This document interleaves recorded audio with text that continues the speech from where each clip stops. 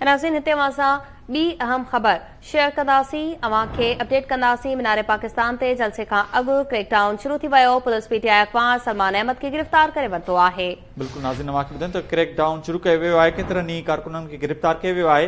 रावलपिंडी में बि पीटीआई अॻवाननि, कारकुननि ऐं उहिदेदारनि जे घरनि ते पुलिस छापा हया आहिनि। मुख़्तलिफ़ हंधनि तां कारकुननि खे गिरफ़्तार करण जो सिलसिलो जारी आहे। आमिर कयानी, गुलाम सरवर खान, राजा बिशारत, इमरान हयात, राजा उस्मान ऐं ॿियनि जी गिरफ़्तारी लाइ छापा हया विया आहिनि। अवांखे अपडेट कयूं त जलसे खां अॻु क्रैकडाउन शुरू कयो वियो आहे। पीटीआई अख़बार गिरफ़्तारनि खां बचण लाइ रूपोश थी विया। हेल ताईं 33 कारकुननि खे हिरासत में बि वरितो वियो आहे। अवांखे ॿुधायूं पिया मीनारे पाकिस्तान ते जलसे खां अॻु क्रैकडाउन शुरू थी वियो। पुलिस पीटीआई अख़बार सलमान अहमद खे गिरफ़्तार करे वरितो आहे। अवांखे अपडेट कयूं त रावलपिंडी में पीटीआई अॻवाननि, कारकुननि ऐं उहिदेदारनि जे घरनि ते पुलिस छापा आहिनि। केतिरनि ई हंधनि तां कारकुननि खे गिरफ़्तार कयो वियो आहे। जलसे खां अॻु क्रैकडाउन शुरू कयो वियो आहे। आमिर कयानी, गुलाम सरवर खान, राजा बिशारत, इमरान हयात, राजा उस्मान ऐं ॿियनि जी गिरफ़्तारी लाइ छापा हया विया आहिनि। पुलिस खे कामयाबी न मिली आहे। अवांखे अपडेट कयूं त पीटीआई अॻवान गिरफ़्तारियुनि खां बचण लाइ रूपोश थी विया। हेल ताईं 33 कारकुननि खे हिरासत में वरितो वियो आहे। ख़बर अवांखे ॾियूं पिया मीनारे पाकिस्तान ते जलसे खां अॻु क्रैकडाउन थियो आहे।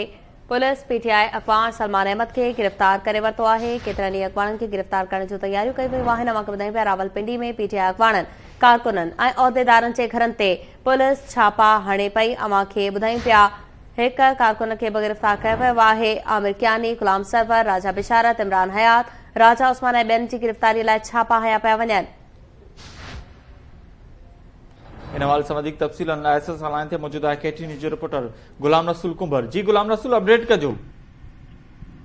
जी, मीनारे पाकिस्तान ते पीटीआई जे रथियल अॼोके जलसे खां अॻु में क्रैकडाउन कयो वियो आहे। पुलिस पीटीआई अॻवान सलमान अहमद खे गिरफ़्तार करे वरितो आहे।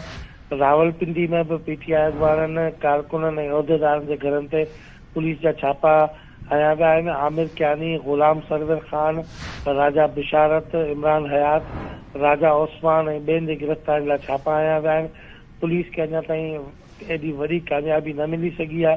पीटीआई अॻवान गिरफ़्तारियुनि खां बचण लाइ रूपोश थी विया आहिनि। हेल ताईं 33 कारकुन जेके आहिनि उन्हनि खे हिरासत में वरितो वियो आहे।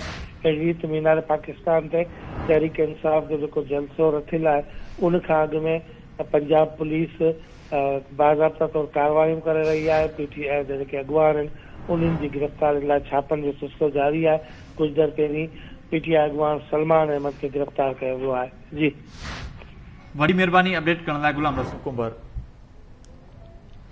अवांखे अपडेट कयूं त पीटीआई कारकुननि जे गिरफ़्तारी जो सिलसिलो जारी आहे। मुख़्तलिफ़ हंधनि ते छापा हया विया आहिनि।